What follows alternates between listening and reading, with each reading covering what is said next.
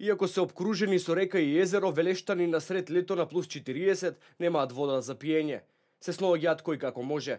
Купуваат хидрофори, копаат бунари, полнат буриња и кофи или се молат да заврне. Некои населби се оставени целосно без вода за пиење, додека некои имаат само неколку часа од денот. Велат ваквата ситуација трае веќе со години и апелираат до надлежните и локалните власти час поскоро да го решат проблемот. Вода нема месец. Кој нема хидрофор? Или пумпа, бунар?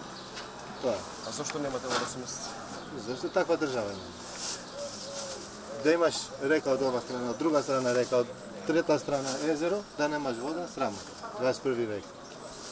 Причината за немањето вода, велат мештаните, е дека се злоупотребува не само во Велешта, туку и во другите населени места во регионот. Според нив Струга располага со дури 3 пати повеќе вода од потребното за нормално водоснабдување, додека тие се оставени на милост и немилост на природата.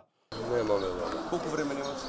А тоа нон-стоп нема вода. Ја со ракета имам бушен 34 метра и со тоа, со пари, со струја. Тоа е кај. Знаете зошто немате вода?